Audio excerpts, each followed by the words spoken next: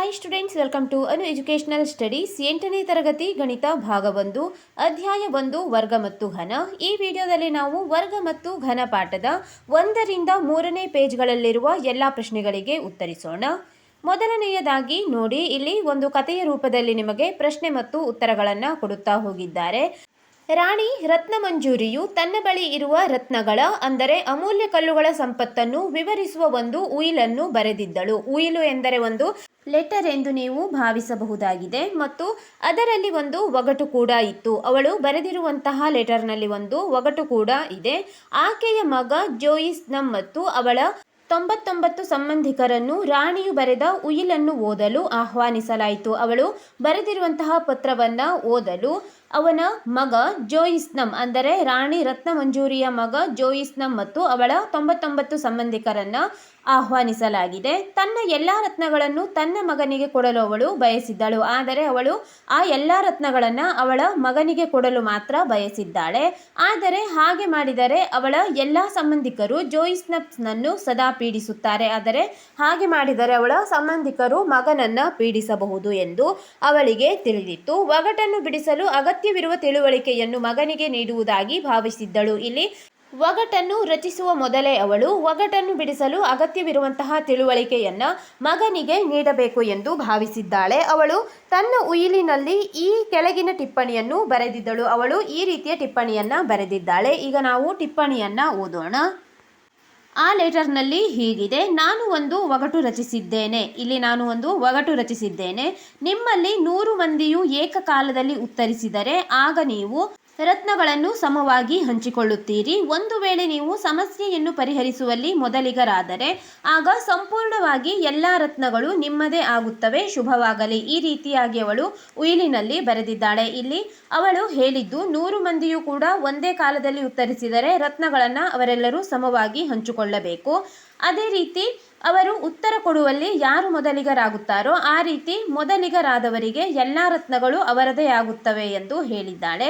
ಸಚಿವರು ಜೋಯಿಸ್ನಮ್ ಮತ್ತು ಅವನ 99 ಸಂಬಂಧಿಕರನ್ನು ಅರಮನೆಯಲ್ಲಿರುವ 100 ಲಾಕರ್ಗಳನ್ನು ಹೊಂದಿರುವ ರಹಸ್ಯ ಕೋಣೆಗೆ ಕರೆದುಕೊಂಡು ಹೋದರು.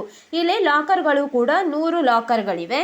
ನಂತರ ಸಚಿವರು ವಿವರಿಸಿದರು. ಪ್ರತಿಯೊಬ್ಬ ವ್ಯಕ್ತಿಯು 1ರಿಂದ 100ರವರೆಗಿನ ಸಂಖ್ಯೆಯನ್ನು ನಿಗದಿಪಡಿಸಲಾಗಿದೆ. ಅಂದರೆ ಇಲ್ಲಿ ಬರುವಂತಹ ಎಲ್ಲ ವ್ಯಕ್ತಿಗೂ ಒಂದೊಂದು ಲಾಕರ್ಗಳ ವ್ಯವಸ್ಥೆಯನ್ನ ಮಾಡಲಾಗಿದೆ. ಅಂದರೆ ಮೊದಲ ವ್ಯಕ್ತಿ ಬಂದಾಗ ಅವನು ಪ್ರತಿಯೊಂದು ಲಾಕರನ್ನು ತೆರೆಯುತ್ತಾನೆ. ಅಂದರೆ 1, 2, 3, 4 ಮೊದಲ ವ್ಯಕ್ತಿ ಪ್ರತಿಯೊಂದು ಲಾಕರನ್ನು ತೆಗೆಯಬಹುದಾಗಿದೆ. ಎರಡನೇ ವ್ಯಕ್ತಿ ಪ್ರತಿ ಎರಡನೇ ಲಾಕರ್ ಅಂದರೆ ಎರಡನೇ ವ್ಯಕ್ತಿಯಾಗಿ ಹೋಗುವಂಥವನು 2, 4, 6, 8 ಅಂದರೆ 2ರ ಮಧ್ಯೆಯಲ್ಲಿ ಬರುವಂತಹ ಸಂಖ್ಯೆಗಳನ್ನು ಹೊಂದಿರುವಂತಹ ಲಾಕರ್ಗಳನ್ನು ಅವನು ತೆರೆಯಬೇಕು. ಅಂದರೆ ಲಾಕರ್ ತೆರೆದಿದ್ದರೆ ಅವನು ಆ ಲಾಕರನ್ನು ಮುಚ್ಚುತ್ತಾನೆ, ಲಾಕರ್ ಮುಚ್ಚಿದ್ದರೆ ಅದನ್ನು ತೆರೆಯುತ್ತಾ ಹೋಗುತ್ತಾನೆ. ಈ ರೀತಿಯಾಗಿ ಎರಡನೇ ವ್ಯಕ್ತಿ.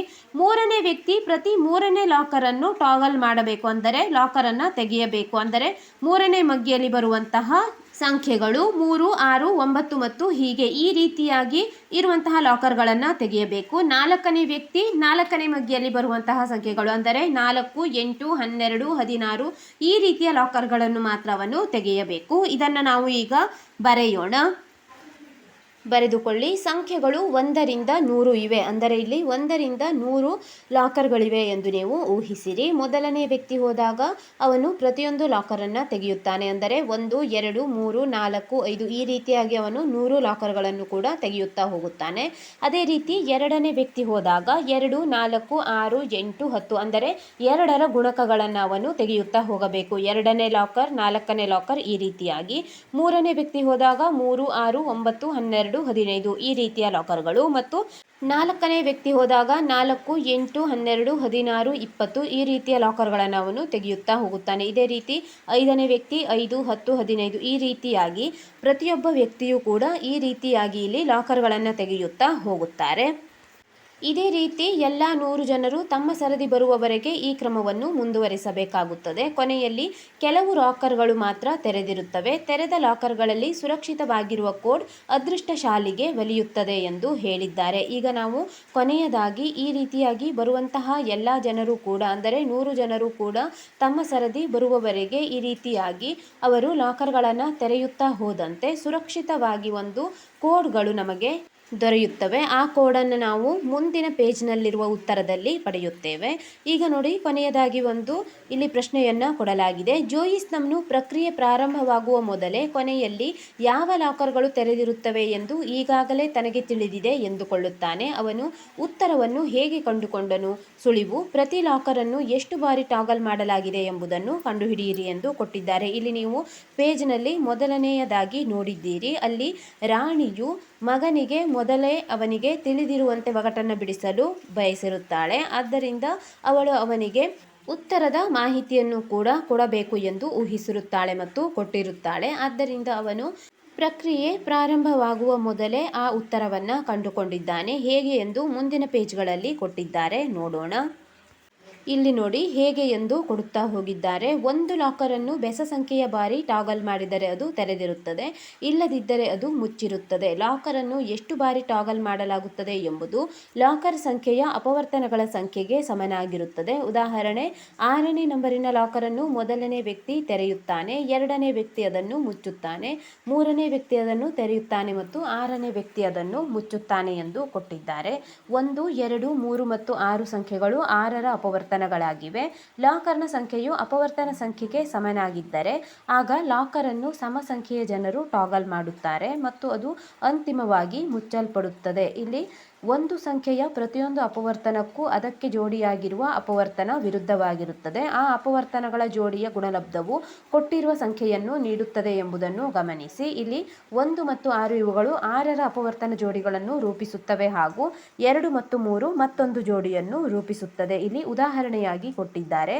ಇವರು ಹೇಳುತ್ತಿರುವುದು ಏನೆಂದರೆ, ಇಲ್ಲಿ ಲಾಕರ್ ಬೆಸ ಸಂಖ್ಯೆಯ ಬಾರಿ ಮುಚ್ಚುತ್ತದೆ. ಅಂದರೆ ಬೆಸ ಸಂಖ್ಯೆಯ ಬಾರಿ ಎಂದರೆ ನಾವು ಅಪವರ್ತನಗಳನ್ನು ಗಮನಿಸಬೇಕು. ಉದಾಹರಣೆಯಾಗಿ ಇಲ್ಲಿ ನೀವು ನೋಡಿ, 6ನೇ ನಂಬರನ್ನು ನಾವು 6ನೇ ವ್ಯಕ್ತಿ ಎಂದು ತೆಗೆದುಕೊಳ್ಳೋಣ. ಅವನು 6ನೇ ವ್ಯಕ್ತಿ ಎಂದರೆ ಅವನು 6ರ ಅಪವರ್ತನಗಳ ರೀತಿಯಲ್ಲಿ ಲಾಕರ್ಗಳನ್ನು ತೆಗೆಯುತ್ತಾ ಹೋಗಬೇಕು. 6ರ ಅಪವರ್ತನಗಳನ್ನು ಕೊಟ್ಟಿದ್ದಾರೆ ನೋಡಿ, 1, 2, 3 ಮತ್ತು 6 ಇವು 6ರ ಅಪವರ್ತನಗಳು. ಇಲ್ಲಿ ಅಪವರ್ತನಗಳ ಸಂಖ್ಯೆಯನ್ನು ಎಣಿಸಿ. 6ರ ಅಪವರ್ತನಗಳು 1, 2, 3 ಮತ್ತು 6. ಇಲ್ಲಿ ಒಟ್ಟು 4 ಅಪವರ್ತನಗಳನ್ನು 6 ಹೊಂದಿದೆ. ಅಂದರೆ ಸಮ ಸಂಖ್ಯೆಯ ಅಪವರ್ತನಗಳನ್ನು ಹೊಂದಿದೆ. ಸಮ ಸಂಖ್ಯೆಯ ಅಪವರ್ತನಗಳನ್ನು ಹೊಂದಿದ್ದಾಗ ಲಾಕರ್ ಮುಚ್ಚಿರುತ್ತದೆ ಮತ್ತು ಬೆಸ ಸಂಖ್ಯೆಯ ಅಪವರ್ತನಗಳನ್ನು ಹೊಂದಿದ್ದಾಗ ಆ ಲಾಕರ್ ತೆರೆದಿರುತ್ತದೆ. ಅದನ್ನು ಇಲ್ಲಿ ಮೇಲೆ ಕೊಟ್ಟಿದ್ದಾರೆ. ಒಂದು ಲಾಕರನ್ನು ಬೆಸ ಸಂಖ್ಯೆಯ ಬಾರಿ ಟಾಗಲ್ ಮಾಡಿದರೆ ಅದು ತೆರೆದಿರುತ್ತದೆ, ಇಲ್ಲದಿದ್ದರೆ ಅದು ಮುಚ್ಚಿರುತ್ತದೆ. ಇಲ್ಲಿ 6ರ ಅಪವರ್ತನಗಳು ಒಟ್ಟು 4 ಇವೆ. 4 ಇದು ಸಮ ಸಂಖ್ಯೆಯಾದ್ದರಿಂದ ಅದು ಅಂತಿಮವಾಗಿ ಮುಚ್ಚಲ್ಪಡುತ್ತದೆ ಎಂದು ಹೇಳಿದ್ದಾರೆ. ಒಂದು ಸಂಖ್ಯೆಯ ಪ್ರತಿಯೊಂದು ಅಪವರ್ತನಕ್ಕೂ ಅದಕ್ಕೆ ಜೋಡಿಯಾಗುವ ಅಪವರ್ತನ ವಿದ್ಯವಿರುತ್ತದೆ. ಇಲ್ಲಿ ನೀವು ನೋಡಬಹುದು. ಇದೇ ರೀತಿಯಾಗಿ ಪ್ರತಿಯೊಂದು ಅಪವರ್ತನಗಳನ್ನು ನಾವು ಎಣಿಸುತ್ತಾ ಹೋಗಿ ಯಾವ ಲಾಕರ್ ಮುಚ್ಚಿರುತ್ತದೆ ಮತ್ತು ಯಾವ ಲಾಕರ್ ತೆರೆದಿರುತ್ತದೆ ಎಂದು ಊಹಿಸಬಹುದು. ಇದೇ ರೀತಿಯಾಗಿ ಇಲ್ಲಿ ಜೋಯಿಸ್ ನಮ್ನು ಕೂಡ ಇದೇ ರೀತಿಯಾಗಿ ಊಹಿಸಿ ಅವನು ಕೊನೆಯಲ್ಲಿ ಬರುವಂತಹ ಕೋಡ್ಗಳನ್ನು ಮೊದಲೇ ಕಂಡುಕೊಂಡಿದ್ದಾನೆ. ಇದನ್ನು ಈಗ ಬರೆಯೋಣ. ಇಲ್ಲಿ ಅದನ್ನೇ ನಾವು ಬರೆದಿದ್ದೇವೆ. ಇಲ್ಲಿ ಲಾಕರ್ ಬೆಸ ಸಂಖ್ಯೆಯ ಬಾರಿ ಮುಚ್ಚುತ್ತದೆ, ಇಲ್ಲದಿದ್ದರೆ ಅದು ತೆರೆಯುತ್ತದೆ. 1, 2, 3 ಮತ್ತು 6 ಈ ಸಂಖ್ಯೆಗಳು 6ರ ಅಪವರ್ತನಗಳಾಗಿವೆ. ಇಲ್ಲಿ ನಾವು 1ರಿಂದ 6ರವರೆಗಿನ ಅಪವರ್ತನಗಳನ್ನು ಈಗ ಬರೆಯುತ್ತಾ ಹೋಗೋಣ. 1ರ ಅಪವರ್ತನ ನೋಡಿ, 1ರ ಅಪವರ್ತನ 1. 2ರ ಅಪವರ್ತನಗಳು ಎಂದರೆ 1 ಮತ್ತು 2 ಆಗಿದೆ. 3ರ ಅಪವರ್ತನ ಅಂದರೆ 3 ಯಾವ ಯಾವ ಮಗ್ಗಿಯಲ್ಲಿ ಬರುತ್ತದೆ ಎಂಬುದನ್ನು ನೋಡುತ್ತಾ ಹೋದಂತೆ ನೀವು ಅದನ್ನೇ ಅಲ್ಲಿ ಅಪವರ್ತನ ಎಂದು ತಿಳಿದುಕೊಳ್ಳಬಹುದು. 3ರ ಅಪವರ್ತನ ಎಂದರೆ 3 1ರ ಮಗ್ಗಿಯಲ್ಲಿ ಬರುತ್ತದೆ ಮತ್ತು 3ರ ಮಗ್ಗಿಯಲ್ಲಿ ನೀವು 3ಅನ್ನು ನೋಡಬಹುದು. ಆದ್ದರಿಂದ 3ರ ಅಪವರ್ತನ ಎಂದರೆ 1 ಮತ್ತು 3. 4ರ ಅಪವರ್ತನ ಎಂದರೆ 4 1ರ ಮಗ್ಗಿ, 2ರ ಮಗ್ಗಿ ಮತ್ತು 4ರ ಮಗ್ಗಿಗಳಲ್ಲಿ ನೀವು ನೋಡಬಹುದು. ಆದ್ದರಿಂದ 4ರ ಅಪವರ್ತನಗಳನ್ನು ನೀವು 1, 2, 4 ಎಂದು ತೆಗೆದುಕೊಳ್ಳುತ್ತೀರಿ. ಈಗ ನೋಡಿ, 1ರ ಅಪವರ್ತನ 1 ಅಂದರೆ 1 ಇರುತ್ತದೆ. ಇಲ್ಲಿ 1 ಇರುವಾಗ 1 ಬೆಸ ಸಂಖ್ಯೆಯಾಗಿದೆ, ಆದ್ದರಿಂದ ಲಾಕರ್ ಓಪನ್ ಆಗುತ್ತದೆ. 2ರ ಅಪವರ್ತನಗಳು 2 ಇವೆ. 2 ಅಪವರ್ತನಗಳು ಎಂದರೆ ಸಮ ಸಂಖ್ಯೆಯಾಯಿತು. 2 ಸಮ ಸಂಖ್ಯೆ, ಆದ್ದರಿಂದ ಲಾಕರ್ ಕ್ಲೋಸ್ ಆಗಿರುತ್ತದೆ, ಅಂದರೆ ಲಾಕರ್ ಮುಚ್ಚಿರುತ್ತದೆ. 3ರ ಅಪವರ್ತನಗಳು ಕೂಡ 2 ಇವೆ. ಸಮ ಸಂಖ್ಯೆಯ ಅಪವರ್ತನಗಳಾದ್ದರಿಂದ ಲಾಕರ್ ಮುಚ್ಚಿರುತ್ತದೆ. 4ರ ಅಪವರ್ತನಗಳು 3 ಇವೆ ನೋಡಿ, 1, 2, 3 3 ಅಪವರ್ತನಗಳನ್ನು ಹೊಂದಿದೆ. ಆದ್ದರಿಂದ ಇಲ್ಲಿ ಲಾಕರ್ ಓಪನ್ ಆಗಿರುತ್ತದೆ, ಅಂದರೆ ಲಾಕರ್ ಇಲ್ಲಿ ತೆರೆದಿರುತ್ತದೆ ಎಂದು ನಾವು ಊಹಿಸುತ್ತೇವೆ. ಇದೇ ರೀತಿಯಾಗಿ ನಾವು 1ರಿಂದ 6ರವರೆಗಿನ ಅಪವರ್ತನಗಳನ್ನು ನೋಡಬಹುದು. ಪ್ರತಿಯೊಂದು ಸಂಖ್ಯೆಯು ಸಮಸಂಖ್ಯೆಯ ಅಪವರ್ತನಗಳನ್ನು ಹೊಂದಿದೆಯೇ ಎಂದು ಕೇಳುತ್ತಿದ್ದಾರೆ. ಎಲ್ಲ ಸಂಖ್ಯೆಯು ಕೂಡ ಸಮಸಂಖ್ಯೆಯ ಅಪವರ್ತನಗಳನ್ನು ಹೊಂದಿರುವುದಿಲ್ಲ. ಇಲ್ಲಿ ನೋಡಿ, ಒಂದು ಇದು ನಾವು ಹಿಂದೆ ನೋಡಿದ್ದೇವೆ. ಒಂದು ಇದರ ಅಪವರ್ತನ ಒಂದು ಮಾತ್ರ ಇದೆ. 4ರ ಅಪವರ್ತನ 1, 2 ಮತ್ತು 4ಗಳು. 9ರ ಅಪವರ್ತನಗಳು 1, 3 ಮತ್ತು 9. ಎಲ್ಲ ಸಂಖ್ಯೆಗಳು ಕೂಡ ಸಮಸಂಖ್ಯೆಯ ಅಪವರ್ತನಗಳನ್ನು ಹೊಂದಿರುವುದಿಲ್ಲ. ಕೆಲವು ಸಂದರ್ಭಗಳಲ್ಲಿ 2x2 ನಂತಹ ಜೋಡಿಗಳಲ್ಲಿರುವ ಸಂಖ್ಯೆಗಳು ಒಂದೇ ಆಗಿರುವುದನ್ನು ನಾವು ನೋಡುತ್ತೇವೆ ಎಂದು ಕೊಟ್ಟಿದ್ದಾರೆ. ಪ್ರಶ್ನೆಗೆ ಉತ್ತರ ಬರೆಯಿರಿ. ಪ್ರತಿಯೊಂದು ಸಂಖ್ಯೆಯ ಸಮಸಂಖ್ಯೆಯ ಅಪವರ್ತನಗಳನ್ನು ಹೊಂದಿದೆಯೇ ಎಂದು ಕೇಳಿದ್ದಾರೆ. ಇಲ್ಲ, ಬೆಸ ಸಂಖ್ಯೆಯ ಅಪವರ್ತನಗಳನ್ನು ಕೂಡ ಹೊಂದಿವೆ. ಪ್ರತಿಯೊಂದು ಸಂಖ್ಯೆಯು ಸಮಸಂಖ್ಯೆಯ ಅಪವರ್ತನಗಳನ್ನು ಹೊಂದಿಲ್ಲ ಇಲ್ಲಿ. ಆದ್ದರಿಂದ ಇಲ್ಲ, ಬೆಸ ಸಂಖ್ಯೆಯ ಅಪವರ್ತನಗಳನ್ನು ಕೂಡ ಹೊಂದಿವೆ ಎಂದು ಬರೆದುಕೊಳ್ಳಿ. ಈಗ ಮುಂದಿನ ಪ್ರಶ್ನೆ ನೋಡೋಣ. ಮುಂದಿನ ಪ್ರಶ್ನೆ ನೋಡಿ, ಬೆಸ ಸಂಖ್ಯೆಯ ಅಂಶಗಳನ್ನು ಹೊಂದಿರುವ ಹೆಚ್ಚಿನ ಸಂಖ್ಯೆಗಳನ್ನು ಕಂಡುಹಿಡಿಯಲು ನೀವು ಈ ಒಳನೋಟವನ್ನು ಬಳಸಬಹುದೇ ಎಂದು ಕೇಳುತ್ತಿದ್ದಾರೆ. ಇಲ್ಲಿ ನೀವು ನೋಡಿ, ಉದಾಹರಣೆಯಾಗಿ 36 ಕೊಟ್ಟಿದ್ದಾರೆ. 36ರ ಅಪವರ್ತನಗಳು ಎಂದರೆ 6x6ರ ಜೋಡಿ ಎಂದು ಇಲ್ಲಿ ಊಹಿಸಲಾಗಿದೆ. ಇಲ್ಲಿ ಎರಡು ಸಂಖ್ಯೆಗಳು 6 ಆಗಿವೆ, ಅಂದರೆ 6 36 ಬರುತ್ತದೆ. ಈ ಸಂಖ್ಯೆಯು ಬೆಸ ಸಂಖ್ಯೆಯ ಅಪವರ್ತನಗಳನ್ನು ಹೊಂದಿದೆಯೇ? 6ನ್ನು ಹೊರತುಪಡಿಸಿ 36ರ ಪ್ರತಿಯೊಂದು ಅಪವರ್ತನವು ಅದರ ಪಾಲುದಾರನಾಗಿ ವಿಭಿನ್ನ ಅಪವರ್ತನಗಳನ್ನು ಹೊಂದಿದ್ದರೆ ಸಂಖ್ಯೆ 36 ಬೆಸ ಸಂಖ್ಯೆಯ ಅಪವರ್ತನಗಳನ್ನು ಹೊಂದಿದೆ ಎಂದು ನಾವು ಖಚಿತವಾಗಿ ಹೇಳಬಹುದು. ಇದು ನಿಜವೇ ಎಂದು ಪರಿಶೀಲಿಸಿ ಎಂದು ಹೇಳಿದ್ದಾರೆ. ಈಗ ನಾವು ಉತ್ತರ ಬರೆಯೋಣ. ಹೌದು, ಬಳಸಬಹುದು ಎಂದು ಬರೆಯಿರಿ. ಹೌದು, ಬಳಸಬಹುದು. ಉದಾಹರಣೆ, 36ರ ಅಪವರ್ತನ ಜೋಡಿ 6x6. 36ರ ಅಪವರ್ತನಗಳನ್ನು ಈಗ ನಾವು ಬರೆಯಬೇಕು. 36ರ ಅಪವರ್ತನಗಳು 1, 2, ಅಂದರೆ 36 ಯಾವ ಯಾವ ಮಗ್ಗಿಗಳಲ್ಲಿ ಬರುತ್ತದೆ ಎಂದು ನಾವು ಬರೆಯುತ್ತಾ ಹೋಗೋಣ.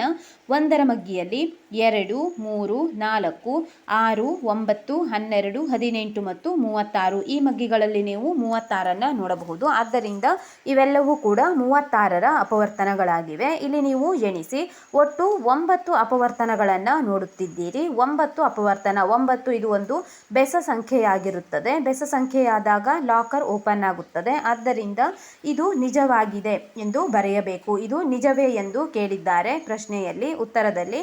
ಆದ್ದರಿಂದ ಇದು ನಿಜವಾಗಿದೆ ಎಂದು ಬರೆದುಕೊಳ್ಳಿ. ಆದ್ದರಿಂದ ಈ ಕೆಳಗಿನ ಎಲ್ಲ ಸಂಖ್ಯೆಗಳು ಬೆಸ ಸಂಖ್ಯೆಯ ಅಪವರ್ತನಗಳನ್ನು ಹೊಂದಿವೆ. ಅಂದರೆ 1x1, 2x2, 3x3, 4x4. ಇಲ್ಲಿ ನೋಡೋಣ. ಒಂದು ಸಂಖ್ಯೆ ಮತ್ತು ಅದೇ ಸಂಖ್ಯೆಯ ಗುಣಲಬ್ಧವಾಗಿ ಹೊಂದಿರುವ ಯಾವುದೇ ಸಂಖ್ಯೆಯನ್ನು ವರ್ಗ ಸಂಖ್ಯೆ ಅಥವಾ ಸರಳವಾಗಿ ವರ್ಗ ಎಂದು ಕರೆಯಲಾಗುತ್ತದೆ. ಇಲ್ಲಿ ವರ್ಗ ಇದರ ಹೇಳಿಕೆಯನ್ನು ಕೊಟ್ಟಿದ್ದಾರೆ. ಒಂದು ಸಂಖ್ಯೆ ಮತ್ತು ಅದೇ ಸಂಖ್ಯೆಯ ಗುಣಲಬ್ಧವಾಗಿ ಹೊಂದಿರುವ ಯಾವುದೇ ಸಂಖ್ಯೆ, ಅಂದರೆ ಒಂದು ಸಂಖ್ಯೆಯನ್ನು ನಾವು ಅದೇ ಸಂಖ್ಯೆಯಿಂದ ಪುನಃ ಗುಣಿಸಿದಾಗ ಬರುವಂತಹ ಸಂಖ್ಯೆಯನ್ನು ನಾವು ವರ್ಗ ಸಂಖ್ಯೆ ಅಥವಾ ವರ್ಗ ಎಂದು ಕರೆಯುತ್ತೇವೆ. ಬೆಸ ಸಂಖ್ಯೆಯ ಅಪವರ್ತನಗಳನ್ನು ಹೊಂದಿರುವ ಸಂಖ್ಯೆಗಳು ಮಾತ್ರ ವರ್ಗಗಳು. ಇಲ್ಲಿ ಬೆಸ ಸಂಖ್ಯೆಯ ಅಪವರ್ತನಗಳನ್ನು ಹೊಂದಿರುವ ಸಂಖ್ಯೆಗಳು ಮಾತ್ರ ವರ್ಗಗಳಾಗಿವೆ ಎಂದು ಹೇಳುತ್ತಿದ್ದಾರೆ. ಏಕೆಂದರೆ ಪ್ರತಿಯೊಂದು ಸಂಖ್ಯೆಯು ಒಂದನ್ನು ಅಪವರ್ತನವಾಗಿ ಹೊಂದಿರುತ್ತದೆ. ಅಲ್ಲದೆ ಅದೇ ಸಂಖ್ಯೆಗೆ ಗುಣಿಸಿದಾಗ ಅದು ದತ್ತ ಸಂಖ್ಯೆಗೆ ಸಮವಾಗಿರುತ್ತದೆ. ಆದ್ದರಿಂದ ವರ್ಗ ಸಂಖ್ಯೆಯಾಗಿರುವ ಪ್ರತಿಯೊಂದು ಲಾಕರ್ ತೆರೆಯುತ್ತದೆ. ಅಂದರೆ ವರ್ಗ ಸಂಖ್ಯೆಗಳಾಗಿರುವ ಇಲ್ಲಿ ಪ್ರತಿಯೊಂದು ಲಾಕರ್ಗಳು ಕೂಡ ತೆರೆಯುತ್ತವೆ ಎಂದು ಹೇಳಿದ್ದಾರೆ. ಈಗ ನಾವು ಬರೆಯೋಣ. ಇಲ್ಲಿ ನಾವು ಬರೆದಿದ್ದೇವೆ, ಬೆಸ ಸಂಖ್ಯೆಯ ಅಪವರ್ತನ ಹೊಂದಿರುವ ಸಂಖ್ಯೆಗಳು ವರ್ಗ ಸಂಖ್ಯೆಗಳು, ಬೆಸ ಸಂಖ್ಯೆಯ ಅಪವರ್ತನ ಹೊಂದಿರುವ ಸಂಖ್ಯೆಗಳು ವರ್ಗ ಸಂಖ್ಯೆಗಳು ಎಂದು ಕೊಟ್ಟಿದ್ದಾರೆ. ಈಗ ನಾವು ಉದಾಹರಣೆಯೊಂದಿಗೆ ಬಿಡಿಸೋಣ. 1ರ ಅಪವರ್ತನ ನೋಡಿ. 1ರ ಅಪವರ್ತನ 1 ಆಗಿದೆ. ಇದು 1 ಎನ್ನುವುದು ಒಂದು ಬೆಸ ಸಂಖ್ಯೆ. ಬೆಸ ಸಂಖ್ಯೆಯಾದಾಗ ಇದು ಒಂದು ವರ್ಗ ಸಂಖ್ಯೆಯಾಗುತ್ತದೆ. ಇಲ್ಲಿ ನೋಡಿ, 2ರ ಅಪವರ್ತನ. ಇಲ್ಲಿ 1 ಮತ್ತು 2 ಇದು 2ರ ಅಪವರ್ತನಗಳು. 2 ಇದೆ, ಆದ್ದರಿಂದ 2 ಇದು ವರ್ಗ ಸಂಖ್ಯೆ ಅಲ್ಲ. ಅಂದರೆ ಯಾವುದೇ ಎರಡು ಸಂಖ್ಯೆಯನ್ನು ಗುಣಿಸಿದಾಗಲೂ ಕೂಡ ನಾವು 2ಅನ್ನು ಬರೆಯಲು ಸಾಧ್ಯವಿಲ್ಲ. 3ರ ಅಪವರ್ತನಗಳನ್ನು ನೋಡಿ. 1 ಮತ್ತು 3 ಇದು ಕೂಡ 2 ಅಪವರ್ತನಗಳನ್ನು ಹೊಂದಿದೆ. 2 ಎನ್ನುವುದು ಕೂಡ ಸಮಸಂಖ್ಯೆ. ಸಮಸಂಖ್ಯೆಯ ಅಪವರ್ತನಗಳನ್ನು ಹೊಂದಿರುವುದರಿಂದ ಇದು ಕೂಡ ವರ್ಗ ಸಂಖ್ಯೆಯಲ್ಲ. ನೀವು ನೋಡಬಹುದು, ಯಾವುದೇ ಎರಡು ಒಂದೇ ಸಂಖ್ಯೆಗಳನ್ನು ಗುಣಿಸಿ ನಾವು 3ಅನ್ನು ಪಡೆಯಲು ಸಾಧ್ಯವಿಲ್ಲ. ನಂತರದ ಸಂಖ್ಯೆ 4ಅನ್ನು ನೋಡಿ. 4ರ ಅಪವರ್ತನಗಳು 1, 2 ಮತ್ತು 4. 3 ಅಪವರ್ತನಗಳನ್ನು ಹೊಂದಿದೆ.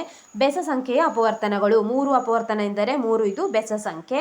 ಆದ್ದರಿಂದ ಇಲ್ಲಿ ನೋಡಿ, 4 ಇದು ವರ್ಗ ಸಂಖ್ಯೆಯಾಗುತ್ತದೆ. ಬೆಸ ಸಂಖ್ಯೆ ಹೊಂದಿರುವ, ಅಂದರೆ ಬೆಸ ಸಂಖ್ಯೆಯ ಅಪವರ್ತನಗಳನ್ನು ಹೊಂದಿರುವ ಎಲ್ಲ ಸಂಖ್ಯೆಗಳು ಕೂಡ ವರ್ಗ ಸಂಖ್ಯೆಗಳು. 4ಅನ್ನು ಗಮನಿಸಿ. 4 ಇದು ಒಂದು ವರ್ಗ ಸಂಖ್ಯೆಯಾಗಿದೆ. ಹೇಗೆಂದರೆ 2ಅನ್ನು ನಾವು 2ರಿಂದ ಗುಣಿಸಿದಾಗ 2 2 4 ಬರುತ್ತದೆ. ಆದ್ದರಿಂದ ಇದು ಒಂದು ವರ್ಗ ಸಂಖ್ಯೆ. ನಂತರದಾಗಿ ನಾವು 5 ನೋಡುತ್ತಿದ್ದೇವೆ. 5ರ ಅಪವರ್ತನ ಕೂಡ 1 5. ಇದು ಕೂಡ ಸಮ ಸಂಖ್ಯೆಯ ಅಪವರ್ತನ ಹೊಂದಿದೆ. 2 ಸಂಖ್ಯೆ ಅಂದರೆ ಸಮ ಸಂಖ್ಯೆ, ಆದ್ದರಿಂದ ಇದು ಕೂಡ ವರ್ಗ ಸಂಖ್ಯೆಯಲ್ಲ. ಇದರಿಂದ ನಾವು ತಿಳಿಯುವ ಅಂಶ ಏನೆಂದರೆ ಬೆಸ ಸಂಖ್ಯೆಯ ಅಪವರ್ತನ ಹೊಂದಿರುವ ವರ್ಗ ಸಂಖ್ಯೆಗಳು, ಅಂದರೆ ಉದಾಹರಣೆಯಾಗಿ ಇಲ್ಲಿ 1 ಅಪವರ್ತನ ಹೊಂದಿದೆ, ಇದು ವರ್ಗ ಸಂಖ್ಯೆ. ನಂತರ 4 ಇದು 3 ಅಪವರ್ತನ ಹೊಂದಿದೆ, ಅಂದರೆ 3 ಕೂಡ ಒಂದು ಬೆಸ ಸಂಖ್ಯೆಯಾಗಿದೆ. ಆದ್ದರಿಂದ ಇದು ಕೂಡ ಒಂದು ವರ್ಗ ಸಂಖ್ಯೆ. ಈ ರೀತಿಯಾಗಿ ನೀವು ಅರ್ಥ ಮಾಡಿಕೊಳ್ಳಿ. ಪೇಜ್ ನಂಬರ್ 3 ನೋಡಿ. ತೆರೆದಿರುವ ಲಾಕರ್ ಸಂಖ್ಯೆಗಳನ್ನು ಬರೆಯಿರಿ. ಈಗ ನಾವು ತೆರೆದಿರುವ ಲಾಕರ್ ಸಂಖ್ಯೆಗಳನ್ನು ಬರೆಯಬೇಕು. ಅಲ್ಲಿ ಜೋಯಿಸ್ ನಮ್ ಪ್ರಶ್ನೆ ಪ್ರಕ್ರಿಯೆಯನ್ನು ಮೊದಲೇ ಹೇಗೆ ಊಹಿಸಿದನು ಎಂದು ನೀವು ಮೊದಲನೇ ಪೇಜ್ನ ಕೊನೆಯದಾಗಿ ಒಂದು ಪ್ರಶ್ನೆಯಲ್ಲಿ ನೋಡಿದ್ದೀರಿ. ಅವನು ಈ ರೀತಿಯಾಗಿ ಕೋಡನ್ನು ಊಹಿಸುತ್ತಾನೆ. ಅಲ್ಲಿ ಕೋಡ್ ಸಂಖ್ಯೆಯನ್ನು ಅವನು ಹೇಗೆ ಊಹಿಸಿದನು ಎಂದು ಕೇಳಲಾಗಿದೆ. ಅದರ ಉತ್ತರವನ್ನು ಇಲ್ಲಿ ಕೊಟ್ಟಿದ್ದಾನೆ, ನೋಡಿಕೊಳ್ಳಿ. ಜೋಯಿಸ್ ನಮ್ ತಕ್ಷಣವೇ ಈ 10 ಲಾಕರ್ಗಳಿಂದ ಸುಳಿವನ್ನು ಸಂಗ್ರಹಿಸಿ ಪಾಸ್ಕೋಡ್ ನಿಖರವಾಗಿ 2 ಬಾರಿ ಸ್ಪರ್ಶಿಸಲಾದ ಮೊದಲ 5 ಲಾಕರ್ ಸಂಖ್ಯೆಗಳನ್ನು ಒಳಗೊಂಡಿದೆ ಎಂದು ಓದುತ್ತಾನೆ. ಈ 5 ಲಾಕರ್ಗಳು ಯಾವುವು ಎಂದು ಕೊಟ್ಟಿದ್ದಾರೆ. 2 ಬಾರಿ ಟಾಗಲ್ ಮಾಡಲಾದ ಸಂಖ್ಯೆಗಳು ಅಥವಾ 2 ಬಾರಿ ಟಾಗಲ್ ಮಾಡಲಾದ ಲಾಕರ್ಗಳು ಅವಿಭಾಜ್ಯ ಸಂಖ್ಯೆಗಳಾಗಿವೆ, ಏಕೆಂದರೆ ಪ್ರತಿ ಅವಿಭಾಜ್ಯ ಸಂಖ್ಯೆಯು 1 ಮತ್ತು ಅದೇ ಸಂಖ್ಯೆಯನ್ನು ಅಪವರ್ತನವಾಗಿ ಹೊಂದಿರುತ್ತದೆ. ಆದ್ದರಿಂದ ಕೋಡ್ 2 3 5 7 ಮತ್ತು 11 ಎಂದು ಕೊಟ್ಟಿದ್ದಾರೆ. ಈಗ ನಾವು ಮೊದಲು ಇಲ್ಲಿ 10 ಲಾಕರ್ಗಳಿಂದ ಅವನು ಸುಳಿವನ್ನು ಸಂಗ್ರಹಿಸಿದ್ದಾನೆ ಎಂದು ಕೊಟ್ಟಿದ್ದಾರೆ. ಈಗ ನಿಖರವಾಗಿ 2 ಬಾರಿ ಸ್ಪರ್ಶಿಸಲಾದ ಮೊದಲ 5 ಲಾಕರ್ಗಳನ್ನು ನಾವು ಕಂಡುಹಿಡಿಯೋಣ. ತೆರೆದಿರುವ ಲಾಕರ್ ಸಂಖ್ಯೆಗಳನ್ನು ಬರೆಯಿರಿ. ಈಗ ನಾವು ತೆರೆದಿರುವ ಲಾಕರ್ ಸಂಖ್ಯೆಗಳನ್ನು ಅಲ್ಲಿ ನೋಡಬಹುದು. ಅವಿಭಾಜ್ಯ ಸಂಖ್ಯೆಗಳು ಎಂದು ಕೊಟ್ಟಿದ್ದಾರೆ. ಅವಿಭಾಜ್ಯ ಸಂಖ್ಯೆಗಳನ್ನು ಬರೆಯೋಣ. ಮೊದಲನೇ ಅವಿಭಾಜ್ಯ ಸಂಖ್ಯೆಗಳನ್ನು ನೀವು ಹಿಂದಿನ ತರಗತಿಗಳಲ್ಲಿ ಕಲಿತಿದ್ದೀರಿ. ಮೊದಲನೇ ಅವಿಭಾಜ್ಯ ಸಂಖ್ಯೆ 2, ಅಂದರೆ ಈ ಸಂಖ್ಯೆಗಳು 1 ಮತ್ತು ಅದೇ ಸಂಖ್ಯೆಯನ್ನು ಹೊರತುಪಡಿಸಿ ಬೇರೆ ಯಾವುದೇ ಮಗ್ಗಿಯಲ್ಲಿ ಬರುವುದಿಲ್ಲ. ನೋಡಿ, 2 ಇದು 1 ಮತ್ತು 2, ಅಂದರೆ 1ನೇ ಮಗ್ಗಿ ಮತ್ತು 2ನೇ ಮಗ್ಗಿಯಲ್ಲಿ ಮಾತ್ರ ಬರುತ್ತದೆ. ಇದು ಒಂದು ಅವಿಭಾಜ್ಯ ಸಂಖ್ಯೆ. ನಂತರ 3, ಇದು ಕೂಡ 1 ಮತ್ತು 3, ಅಂದರೆ 1ರ ಮಗ್ಗಿ ಮತ್ತು 3ರ ಮಗ್ಗಿ ಇದರಲ್ಲಿ ಮಾತ್ರ ಬರುತ್ತಿದೆ. 5 1 5 7 1 7 11 1 11 ಇವೆಲ್ಲವೂ ಕೂಡ 1 ಮತ್ತು ಅದೇ ಸಂಖ್ಯೆಯನ್ನು ಇಲ್ಲಿ ಅಪವರ್ತನಗಳಾಗಿ ಹೊಂದಿವೆ. ಆದ್ದರಿಂದ ಇವುಗಳನ್ನು ಅವಿಭಾಜ್ಯ ಸಂಖ್ಯೆಗಳು ಎಂದು ಕರೆಯಲಾಗುತ್ತದೆ. ಇಲ್ಲಿ ನೋಡಿ, ಇಲ್ಲಿ 1 2 ಅಪವರ್ತನಗಳಿವೆ. ಇಲ್ಲಿ ಎಲ್ಲ ಸಂಖ್ಯೆಗಳಿಗೂ ಕೂಡ 2 ಅಪವರ್ತನಗಳಿವೆ. ಬರೆಯಿರಿ. 2 2 2 2 2. ಇಲ್ಲಿ 2 ನಾವು ಬರೆದಿದ್ದೇವೆ. 2 ಬಾರಿ ಟಾಗಲ್ ಮಾಡಿದ ಸಂಖ್ಯೆಗಳು, ಅಂದರೆ 2 ಬಾರಿ ಇಲ್ಲಿ ಓಪನ್ ಮಾಡಿದ ಸಂಖ್ಯೆಗಳಾಗಿ ನಾವು ಈ ಸಂಖ್ಯೆಗಳನ್ನು ಪಡೆಯುತ್ತಿದ್ದೇವೆ. ಆದ್ದರಿಂದ ಕೋಡ್ ಅಥವಾ ಮೊದಲ 5 ಲಾಕರ್ಗಳು, ಇಲ್ಲಿ ಮೊದಲ 5 ಲಾಕರ್ಗಳು 2 ಬಾರಿ ಟಾಗಲ್ ಮಾಡಲಾದ, ಅಂದರೆ 1 ಮತ್ತು 2 1 ಮತ್ತು 3 ಈ ರೀತಿಯಾಗಿ ಇಲ್ಲಿ ಈ ಸಂಖ್ಯೆಗಳನ್ನು 2 ಬಾರಿ ಮಾತ್ರ ಒತ್ತಲಾಗಿದೆ. ಆದ್ದರಿಂದ ಈ ರೀತಿ 2 ಬಾರಿ ಟಾಗಲ್ ಮಾಡಲಾದ ಮೊದಲ 5 ಲಾಕರ್ಗಳು 2 3 5 7 ಮತ್ತು 11. ಇದನ್ನೇ ಅವನು ಕೋಡ್ ಎಂದು ಮೊದಲೇ ಊಹಿಸಿದ್ದಾನೆ. ವರ್ಗ ಸಂಖ್ಯೆಗಳು ಎಂದು ಕೊಟ್ಟಿದ್ದಾರೆ. 1 4 9 16 ಈ ಸಂಖ್ಯೆಗಳನ್ನು ವರ್ಗ ಸಂಖ್ಯೆಗಳು ಎಂದು ಏಕೆ ಕರೆಯುತ್ತಾರೆ? ಚೌಕದಲ್ಲಿನ ಯೂನಿಟ್ ಚೌಕಗಳ ಸಂಖ್ಯೆ, ಅಂದರೆ ಅದರ ಪಾರ್ಶ್ವಬಾಹುಗಳ ಗುಣಲಬ್ಧವಾಗಿದೆ ಎಂದು ನಮಗೆ ತಿಳಿದಿದೆ. ಕೆಳಗಿನ ಕೋಷ್ಟಕವು ವಿಭಿನ್ನ ಬಾಹು ಹೊಂದಿರುವ ಚೌಕಗಳ ವಿಸ್ತೀರ್ಣಗಳನ್ನು ನೀಡುತ್ತದೆ. ಇಲ್ಲಿ ನೀವು ನೋಡಬಹುದು, ವರ್ಗ ಎಂದರೆ ಅದನ್ನು ನಾವು ಚೌಕ ಎಂದು ಕೂಡ ಊಹಿಸುತ್ತೇವೆ. ಇದು ಒಂದು ಚೌಕದ ವಿಸ್ತೀರ್ಣವಾಗಿರುತ್ತದೆ. ಇಲ್ಲಿ ನಾವು ಚೌಕದ ವಿಸ್ತೀರ್ಣದ ಸೂತ್ರವನ್ನು ಬಾಹು ಗುಣಿಸು ಬಾಹು ಎಂದು ತೆಗೆದುಕೊಳ್ಳುತ್ತೇವೆ. ಅಂದರೆ ಒಂದು ಬಾಹುವನ್ನು ನಾವು ಅದೇ ಬಾಹುವಿನಿಂದ ಗುಣಿಸಿದಾಗ ಒಂದು ವರ್ಗ ಸಂಖ್ಯೆಯನ್ನು ಪಡೆಯುತ್ತೇವೆ. ಬಾಹುವಿನ ಉದ್ದವನ್ನು ನಾವು 1, ಅಂದರೆ 1 ಎಂದು ತೆಗೆದುಕೊಂಡಾಗ ವಿಸ್ತೀರ್ಣ ಬಾಹು ಗುಣಿಸು ಬಾಹು 1 ಗುಣಿಸು 1 = 1 ಚದರಮಾನ ಬರುತ್ತದೆ. ಬಾಹುವಿನ ಉದ್ದ, ಅಂದರೆ ಒಂದು ಬಾಹುವಿನ ಉದ್ದ 2 ಎಂದು ತೆಗೆದುಕೊಂಡಾಗ ಬಾಹು ಗುಣಿಸು ಬಾಹು 2 ಗುಣಿಸು 2 = 2 2 4 ಚದರಮಾನಗಳು. 3 ಎಂದು ತೆಗೆದುಕೊಂಡಾಗ 3 3 9 ಚದರಮಾನ. ಒಂದು ಬಾಹುವಿನ ಉದ್ದ 4 ಎಂದು ತೆಗೆದುಕೊಂಡಾಗ 4 4 16 ಮತ್ತು 5 ಎಂದು ತೆಗೆದುಕೊಂಡಾಗ 25, 10 ಎಂದು ತೆಗೆದುಕೊಂಡಾಗ 100 ಚದರಮಾನಗಳನ್ನು ನಾವು ಬರೆಯುತ್ತೇವೆ. ನಾವು ವರ್ಗಗಳನ್ನು ಸೂಚಿಸಲು ಈ ಕೆಳಗಿನ ಸಂಕೇತವನ್ನು ಉಪಯೋಗಿಸುತ್ತೇವೆ ಎಂದು ಕೊಡಲಾಗಿದೆ. ಇದನ್ನು ನಾವು ಬರೆಯೋಣ. ಇಲ್ಲಿ ನಾವು ಬರೆದು ತೋರಿಸಿದ್ದೇವೆ, ನೋಡಿಕೊಳ್ಳಿ. ಇಲ್ಲಿ 1 ಸೆಂಟಿಮೀಟರ್ ಮತ್ತು 1 ಸೆಂಟಿಮೀಟರ್ ಇದನ್ನು ಒಂದು ವರ್ಗ ಎಂದು ತೆಗೆದುಕೊಳ್ಳೋಣ. ವರ್ಗ ಎಂದು ತೆಗೆದುಕೊಂಡಾಗ ಇಲ್ಲಿ ಈ ವರ್ಗದ ವಿಸ್ತೀರ್ಣವನ್ನು ನಾವು ಕಂಡುಹಿಡಿಯುವಾಗ ವಿಸ್ತೀರ್ಣ = ಬಾಹು ಗುಣಿಸು ಬಾಹು. ಇಲ್ಲಿ ಒಂದು ಬಾಹುವಿನ ಉದ್ದ 1 ಸೆಂಟಿಮೀಟರ್, ಇನ್ನೊಂದು ಬಾಹುವಿನ ಉದ್ದ 1 ಸೆಂಟಿಮೀಟರ್. ವರ್ಗದ ಎಲ್ಲ ಬಾಹುಗಳು ಕೂಡ ಒಂದಕ್ಕೊಂದು ಸಮನಾಗಿರುತ್ತದೆ. ಆದ್ದರಿಂದ 1 × 1 ಅಂದರೆ 1 ಸ್ಕ್ವೇರ್ ಯೂನಿಟ್ಗಳು, ಅಂದರೆ 1 ಚದರ ಮಾನಗಳು ಬರುತ್ತವೆ. ವರ್ಗ ಸಂಖ್ಯೆಗಳನ್ನು ಸೂಚಿಸಲು ಆ ಸಂಖ್ಯೆಯನ್ನು ಅದೇ ಸಂಖ್ಯೆಯಿಂದ ಗುಣಿಸಲಾಗುತ್ತದೆ. ಇಲ್ಲಿ ಆ ಸಂಖ್ಯೆಯನ್ನು ಅದೇ ಸಂಖ್ಯೆಯಿಂದ ಗುಣಿಸಿದಾಗ ನಾವು ವರ್ಗ ಸಂಖ್ಯೆಗಳನ್ನು ಪಡೆಯುತ್ತೇವೆ. ಉದಾಹರಣೆ ನೋಡಿ, 1 × 1 = 1ರ ಸ್ಕ್ವೇರ್, 1 ಅಂದರೆ 1 ಬರುತ್ತದೆ. 2 × 2 2ರ ಸ್ಕ್ವೇರ್, 2 2 4. 3 × 3 3ರ ಸ್ಕ್ವೇರ್, 3 3 9. ಈ ರೀತಿಯಾಗಿ ನಾವು ವರ್ಗ ಸಂಖ್ಯೆಗಳನ್ನು ಪಡೆಯುತ್ತೇವೆ. ಅದನ್ನೇ ಇಲ್ಲಿ ಕೊಟ್ಟಿದ್ದಾರೆ. ನಾವು ವರ್ಗಗಳನ್ನು ಸೂಚಿಸಲು ಈ ಕೆಳಗಿನ ಸಂಕೇತವನ್ನು ಉಪಯೋಗಿಸುತ್ತೇವೆ. ಅಂದರೆ 1 × 1 = 1ರ ಸ್ಕ್ವೇರ್ = 1, 2 × 2 2ರ ಸ್ಕ್ವೇರ್, 2 2 4, 3 × 3 3ರ ಸ್ಕ್ವೇರ್, 3 3 9, 4 × 4 4ರ ಸ್ಕ್ವೇರ್, 4 4 16, 5 × 5 5ರ ಸ್ಕ್ವೇರ್, 5 5 25. ಇವುಗಳನ್ನು ನಾವು ಅಂದರೆ 1 4 9 16 25 ಈ ಸಂಖ್ಯೆಗಳನ್ನು ನಾವು ವರ್ಗ ಸಂಖ್ಯೆ ಎಂದು ತೆಗೆಯುತ್ತೇವೆ. ಸಾಮಾನ್ಯವಾಗಿ ಯಾವುದೇ ವರ್ಗ ಸಂಖ್ಯೆ n ಅನ್ನು n × n ಸ್ಕ್ವೇರ್ ಎಂದು ಬರೆಯುತ್ತೇವೆ. ಅದನ್ನು n ರ ವರ್ಗ ಎಂದು ಓದುತ್ತೇವೆ. ಅಂದರೆ ಇಲ್ಲಿ ಸಾಮಾನ್ಯವಾಗಿ ಒಂದು ಸಂಖ್ಯೆಯನ್ನು n ಎಂದು ತೆಗೆದುಕೊಂಡಾಗ ನಾವು ಪುನಃ ಅದೇ ಸಂಖ್ಯೆಯಿಂದ ಗುಣಿಸಿದಾಗ, ಅಂದರೆ n ಅನ್ನು n ಇಂದಲೇ ಗುಣಿಸಿದಾಗ n × n ಸ್ಕ್ವೇರ್ ಆಗುತ್ತದೆ. ಇದು n ರ ವರ್ಗ ಸಂಖ್ಯೆ ಎಂದು ಓದುತ್ತೇವೆ. ಅಂದರೆ n ಸ್ಕ್ವೇರ್ ಎಂದರೆ n ದ ವರ್ಗ ಎಂದು ಅರ್ಥ. ಈ ವಿಡಿಯೋದಲ್ಲಿ ನಾವು ವರ್ಗ ಮತ್ತು ಘನ ಪಾಠದ ಪೇಜ್ ನಂಬರ್ 1ರಿಂದ ಪೇಜ್ ನಂಬರ್ 3ರಲ್ಲಿರುವಂತಹ ಎಲ್ಲ ಪ್ರಶ್ನೆಗಳಿಗೆ ಉತ್ತರಿಸಿದ್ದೇವೆ. ಮುಂದಿನ ವಿಡಿಯೋದಲ್ಲಿ ಪೇಜ್ ನಂಬರ್ 4ರಿಂದ ಮುಂದಿರುವಂತಹ ಎಲ್ಲ ಪ್ರಶ್ನೆಗಳಿಗೆ ಉತ್ತರಿಸೋಣ. ನಮ್ಮ ಅನು ಎಜುಕೇಷನಲ್ ಸ್ಟಡೀಸ್ನಲ್ಲಿ 8ನೇ ತರಗತಿ ಗಣಿತ ಭಾಗ 1ರ ಎಲ್ಲ ಪಾಠಗಳ ಅಭ್ಯಾಸದ ಪ್ರಶ್ನೋತ್ತರಗಳನ್ನು ಬಿಡಿಸಲಾಗುವುದು. ನೀವು ಎಲ್ಲ ಪಾಠಗಳ ಅಭ್ಯಾಸದ ಪ್ರಶ್ನೋತ್ತರಗಳಿಗಾಗಿ ನಮ್ಮ ಚಾನೆಲ್ನ ಪ್ಲೇಲಿಸ್ಟ್ 8ನೇ ತರಗತಿ ಗಣಿತ ಭಾಗ 1 ಅಭ್ಯಾಸ ಪ್ರಶ್ನೋತ್ತರಗಳು ಇದನ್ನು ಗಮನಿಸಬಹುದಾಗಿದೆ.